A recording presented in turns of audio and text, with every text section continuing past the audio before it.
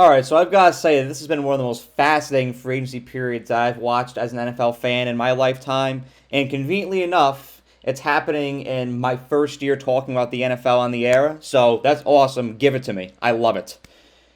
It's been so entertaining, so captivating. It's been like a domino effect. Like one team will lose one player to another team, then they'll have to fill that gap. They poach from another team, then that team has poached from another team to fill that position, and it's been a domino effect. It's been fascinating, and I also like how it hasn't been centered around one player. Like I feel like in most years, there's one player that sticks out among the others, and that's what free agency revolves around. Like last year was Aaron Rodgers. All of the talk was Aaron Rodgers. Where's Rodgers going to go? There wasn't that player this year. There was a bunch of players moving everywhere. It was like pinball Monday through Thursday this week, and I was on spring break. So I was on my phone. I'll admit, I was on my phone for like half of the week just checking all these updates, keeping up with Ian Rappaport and Tom Pelissero and ML Football on X. And it was awesome. It really put the icing on the cake for this week, and a lot of guys going to rival teams. Saquon Barkley going to the Eagles, Aaron Jones going to the Vikings. It's setting this NFL season up to be fascinating. There's a ton of moves, but there are 10 moves in particular this week that stuck out to me, and I'm going to discuss them. These are my top free agency moves of the 2024 cycle, and we're going to begin with number 10, and that is Kirk Cousins going to the Atlanta Falcons. This was a very controversial deal, and it seemed like everybody had an opinion on it this week. You either loved it or you hated it. Even the Atlanta Falcons fan base was divided on it. I don't particularly love the details of the contract. It's a 4-year deal with $180 million, so $45 million a year. And why I'm not in love with that deal is that Kirk Cousins is 35 years old, and he's getting towards the end of his career as an NFL quarterback, and his playoff record is 1-4. So, a contract that massive, I don't know if those details really justify that, but I will say, one metric that does is called the approximate weighted value of a player. Kirk Cousins' approximate weighted value is 94. To put it into perspective, Patrick Mahomes is 96. So Kirk Cousins' value as an NFL quarterback is almost unrivaled. His production almost goes unnoticed, but he is incredibly productive. And at this point in time, Kirk Cousins makes the Falcons relevant. And as an organization, that's what they need. To sell tickets, to fill seats, to sell merchandise. Those Kirk Cousins Falcons jerseys are going to be going like crazy this year.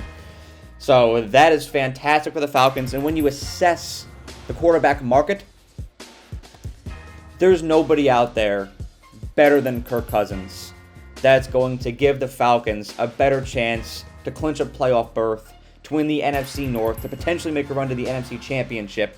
And the NFC, as you all know, is not nearly as competitive as the AFC. You've got the Niners, you've got the Lions, you've got the Packers, you got maybe the Eagles, maybe the Cowboys. The Falcons. It's a great opportunity. The Falcons seized it. And I also want to note that Kirk Cousins is one of the most consistent quarterbacks in the NFL. 3 of the last 4 seasons, he has thrown 25-plus touchdown passes. And the one year that he didn't, he was injured last year. So, great deal. Kirk Cousins to the Falcons at number 10. Number 9, Saquon Barkley to the Philadelphia Eagles. And this, in essence, is the perfect deal because it benefits both parties. The Giants don't have to worry about paying Saquon Barkley now, and the Eagles now have somebody that's going to put them in a more poised position to go to the NFC Championship and hopefully appear in the Super Bowl and win one. They could definitely use another ring. It takes pressure off of Saquon Barkley as a running back. He's not going to have as many carries, but he's going to gain more yards because he's behind a better offensive line. He's playing alongside better receivers now with A.J. Brown and Devontae Smith. That also alleviates some of that pressure from him. And it takes pressure off of Jalen Hurts as well. Now he has more tools on offense. He's never had a great rushing attack, and now he's going to. So that takes the pressure off of Jalen Hurts. And You bring somebody in like Saquon Barkley. That Philadelphia offense last year, they kind of lost themselves. That unit became kind of distanced towards the end of the year. There wasn't much of an identity. You bring someone like Saquon Barkley in, his personality, he's going to be a spark plug. He's going to bring people together, and there's just going to be more synergy. That room will be more harmonized. And I like the deal from a financial standpoint. 3 years, $37.75 million, and $26 million in guarantees. For somebody like Saquon Barkley, that's excellent. Howie Roseman does it again. Saquon Barkley to the Eagles at number 9. Number 8, Xavier McKinney to the Green Bay Packers. McKinney is coming off of a career year with the New York Giants. He was a standout on that defense last year.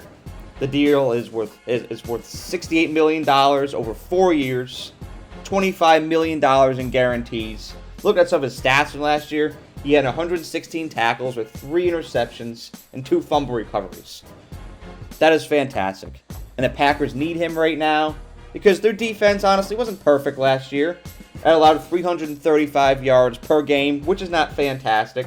And bring somebody like Xavier McKinney in that secondary is something that is going to fasten that Packers defense up. So McKinney to the Packers at number 8. Number 7, this would happen later in the week, but I absolutely love it. Hollywood Brown to the Kansas City Chiefs. This deal has the potential to be scary. From a financial standpoint, it is brilliant from the Chiefs standpoint. Again, Brett Veach does it again. It's a 1-year deal with $7 million with incentives. It could go up to 11. The speed. The element of speed that Hollywood Brown adds to this Kansas City Chiefs offense is something that was missing last year. And the Chiefs won the Super Bowl anyways. Now you're going to have speed, but think about this. This might not be just one guy. The Chiefs have the last pick in the first round of this year's draft. There's a lot of receivers. I have a feeling somebody like Xavier Worthy could still be available. So if you pair Xavier Worthy and Hollywood Brown, Travis Kelce and Rashee Rice, you got Isaiah Pacheco in the backfield. You pair all of that with Patrick Mahomes, look out AFC. That is absolutely terrifying.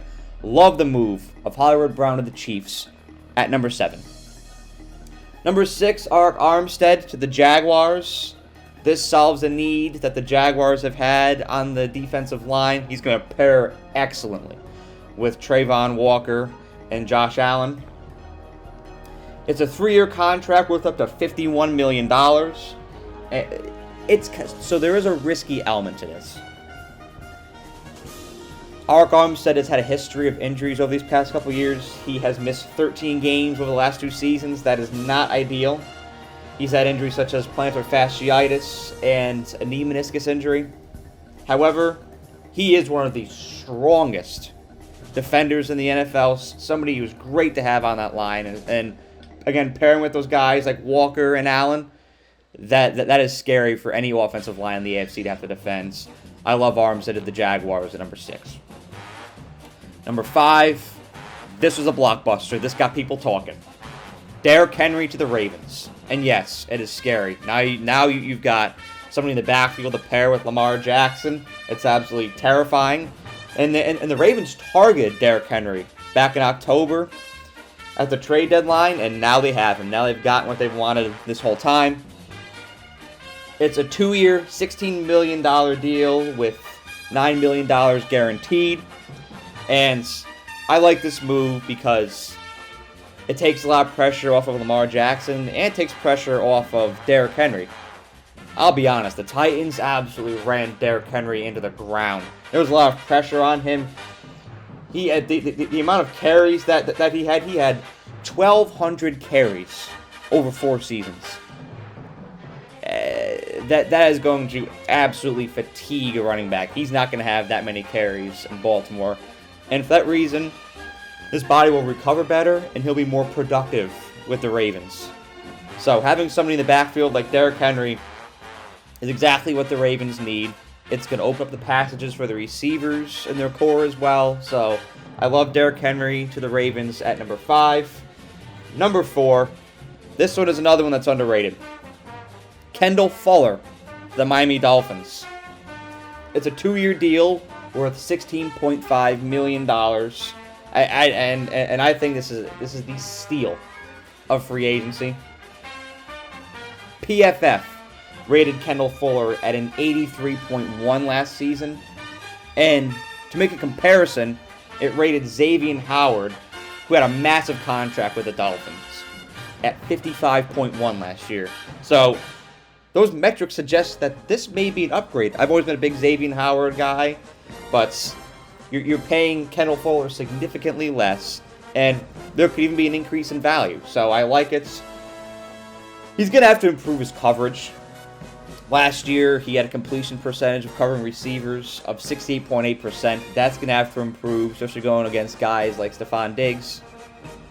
But overall, I love the move of Kendall Fuller to the Dolphins. I saw it the other day, and I was like, home run, three-pointer. Love this for the Dolphins.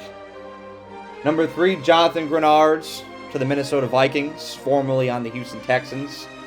It's a 4-year deal worth $76 million. $42 million of those dollars are guaranteed. And he's going to alleviate the pain of that Vikings defensive line losing Danielle Hunter. That's tough. We're going to talk about that one.